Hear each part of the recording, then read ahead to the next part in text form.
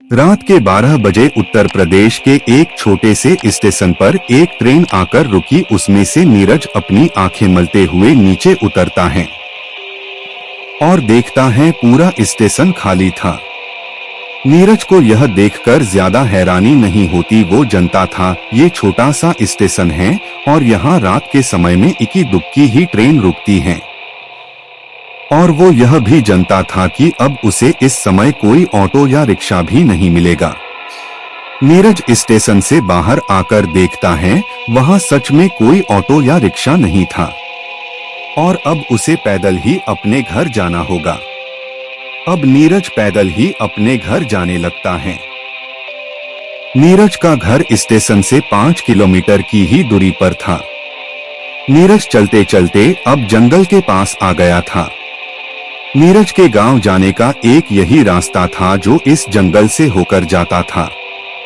नीरज वैसे एक निडर लड़का था, इसलिए तो वो इतनी रात को भी अकेले उस जंगल वाले रास्ते से जाने लगता है।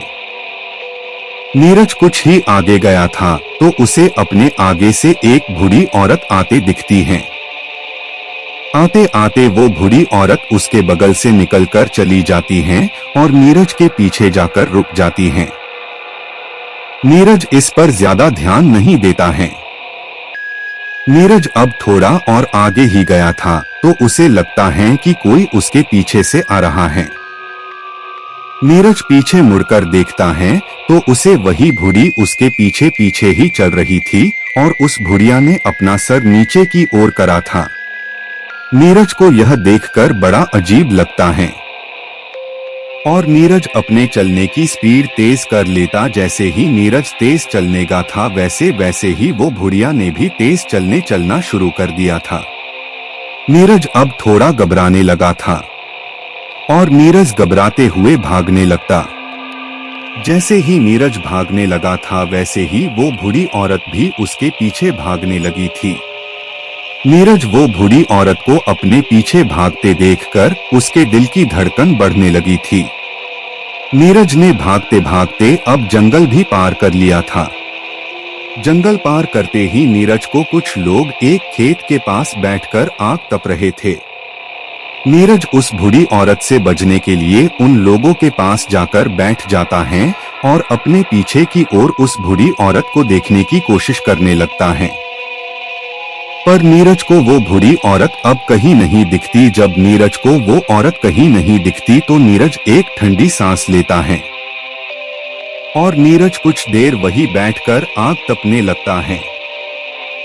नीरज को वहीं पर बैठे बैठे 4-5 मिनट हो गए थे, पर अभी तक जितने भी लोग बैठकर आग तप रहे थे उनमें से किसी ने अभी तक एक शब्द तक नहीं बोला था। अक्सर किसी भी गांव में कुछ लोग साथ बैठे होते हैं तो वो कुछ ना कुछ बात जरूर ही करते रहते हैं और यही बात नीरज को बड़ी अजीब लग रही थी कि इनमें से कोई कुछ बोल क्यों नहीं रहा था और सबने अपने सर को नीचे की ओर करा हुआ था। नीरज अब सबकी चुप्पी तोड़ते हुए बोलता है, आज कुछ ज्यादा ही ठंड है ना। पर कोई उसकी बात का जवाब नहीं देता। पर सब अपना चेहरा ऊपर की ओर करने लगते हैं। जैसे ही नीरज उन सबका चेहरा देखता है तो उसका दिल अपनी दुगनी रफ्तार से धड़कने लगाता है।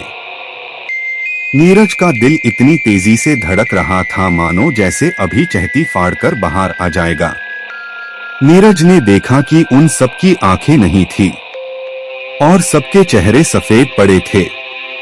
नीरज घबरा के एकदम से उठता है और जैसे ही अपने पीछे भागने को मोड़ता है, पर वो वहां से भाग नहीं पाता क्योंकि उसके सामने वही बूढ़ी औरत खड़ी थी और उसके चेहरे पर एक भयानक हंसी थी। तभी वो बूढ़ी औरत उसके पास आने लगती है। पास आते आते वो कुछ बड़बड़ा रही थी और वो नीरज के पास आकर नीरज का गला दबाने लगती हैं। वैसे वो एक बूढ़ी औरत थी पर नीरज उससे अपना गला नहीं छुड़ा पा रहा था, मानो उसके अंदर कहीं लोगों की जान ना गई हो। उसने नीरज का गला इतनी जोर दबा रखा था कि नीरज की आंखें बाहर आने लगी थी।